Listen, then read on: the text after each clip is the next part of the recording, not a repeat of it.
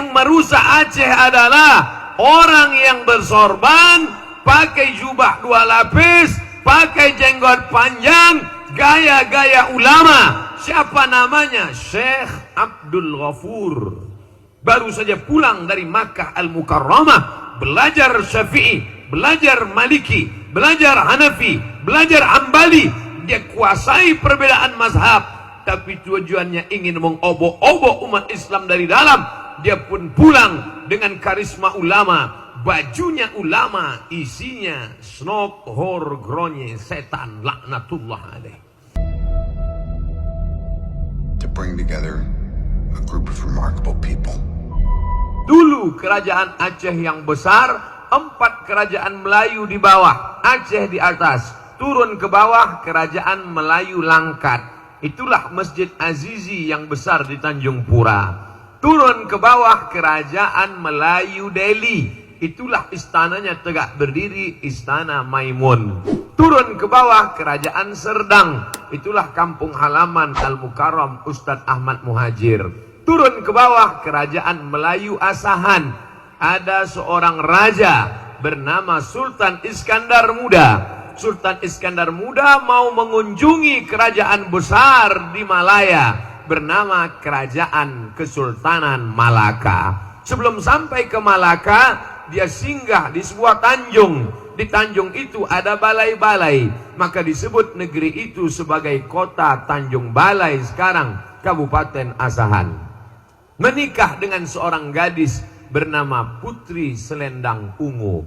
Lalu kemudian hasil pernikahan itu lahir seorang anak laki-laki bernama Abdul Jalil. Itulah yang menjadi sultan pertama kerajaan Melayu Asahan, Sultan Abdul Jalil, yang mengalir darah Sultan Iskandar Muda dalam dirinya.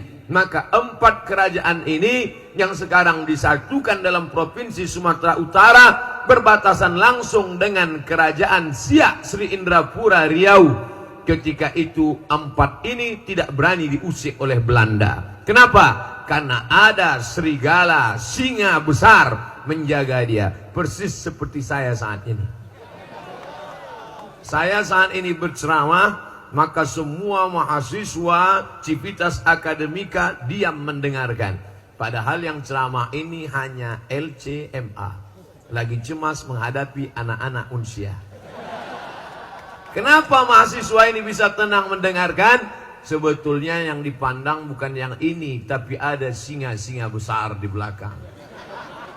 Yang gagah, yang perkasa, yang profesor, yang guru besar. Mereka yang ada di belakang. Disangka orang ini yang didengarkan. Bukan. Inilah bahasa Melayu istilahnya menumpang tuah.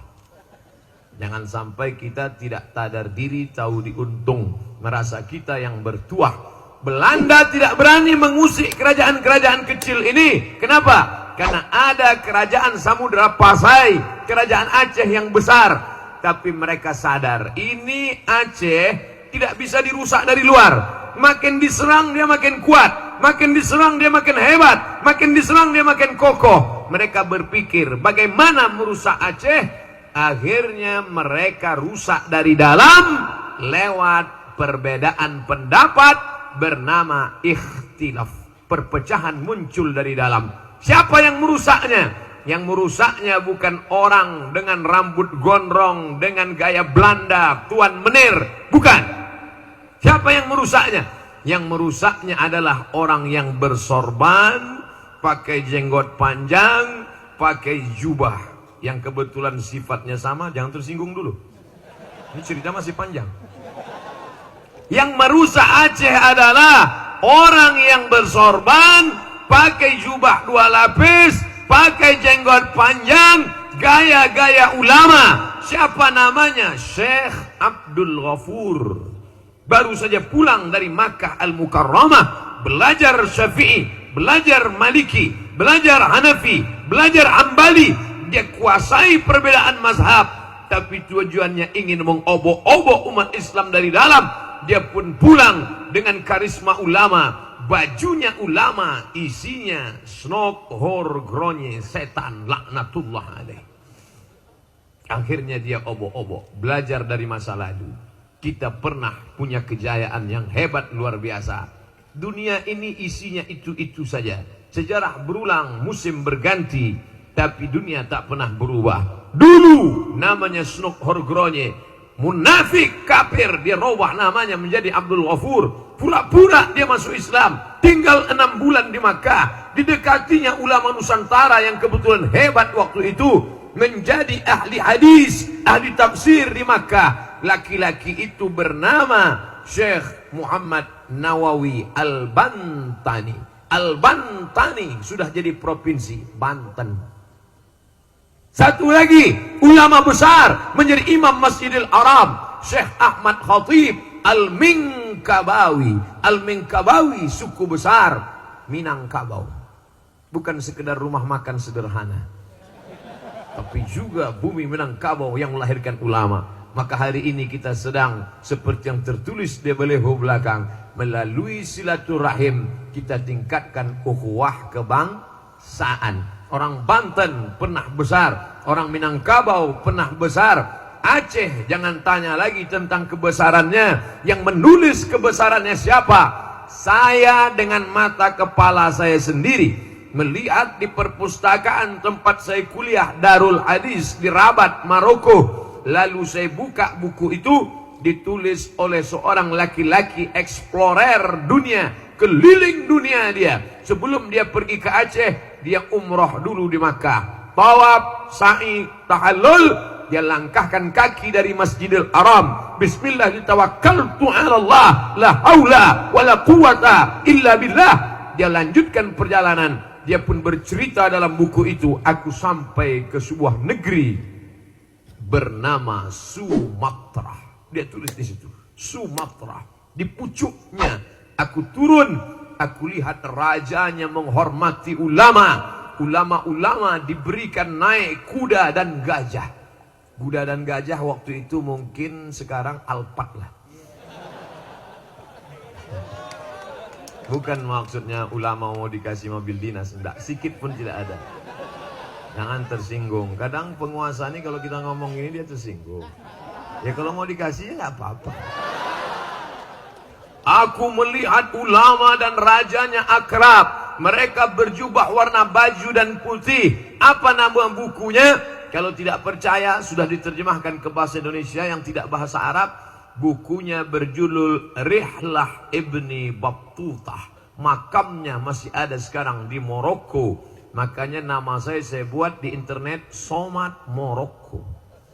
Banyak orang nanya, kenapa Ustadz buat Somad Maroko? Kenapa tidak Somad saja? Pengalaman pernah saya tulis di Google Somad, keluar sinetron Bang Somad. Maka saya buat Somad Maroko. Karena saya pernah kuliah di sana. Dan yang paling banyak di antara 30 sekian provinsi di Indonesia, di antara anak-anak bangsa yang paling banyak kuliah di Maroko adalah anak Aceh. Tapi terus terang, saya sama anak Aceh dulu waktu di Maroko kurang suka lah, kurang senang. Kenapa? Mereka duitnya banyak. Beasiswa dari APBD. Itulah. Maka saya tinggal di asrama, kurang suka. Sampai sekarang alhamdulillah. Yang paling banyak ngundang saya malah Aceh. Ceramah terbanyak, teramai, terpenuh halaman Ustadz Somad selama penceramah, selama memberikan tabligh akbar di Aceh. Kapan itu? Acara mengenang tsunami bulan 12 kemarin. Setiap saya pergi, pasti ditanya orang, Ustadz Somad, ya kemarin kami tengok acara live internet Ustadz yang paling ramai di Banda Aceh ya. Ya. Berapa itu Ustadz? Saya nggak ngitung, saya bilang. Tapi ramai luar biasa. Itulah ceramah internasional. 2 bulan yang lalu saya ke Brunei Darussalam, jumpa masyarakat di sana. Ustadz masih ingat dengan saya? Di mana kita ketemu? Waktu acara malam di Aceh. Oh iya, Masya Allah. Iya Pak, ingat. Bapak Ibu yang dimuliakan Allah Subhanahu wa Ta'ala, ini kebanggaan. Selama di Aceh ini udah saya hitung-hitung dapat rencong lebih 10. Rencong di kanan, keris di kiri, dompet hilang juga. Jangan lupa subscribe, like, and share.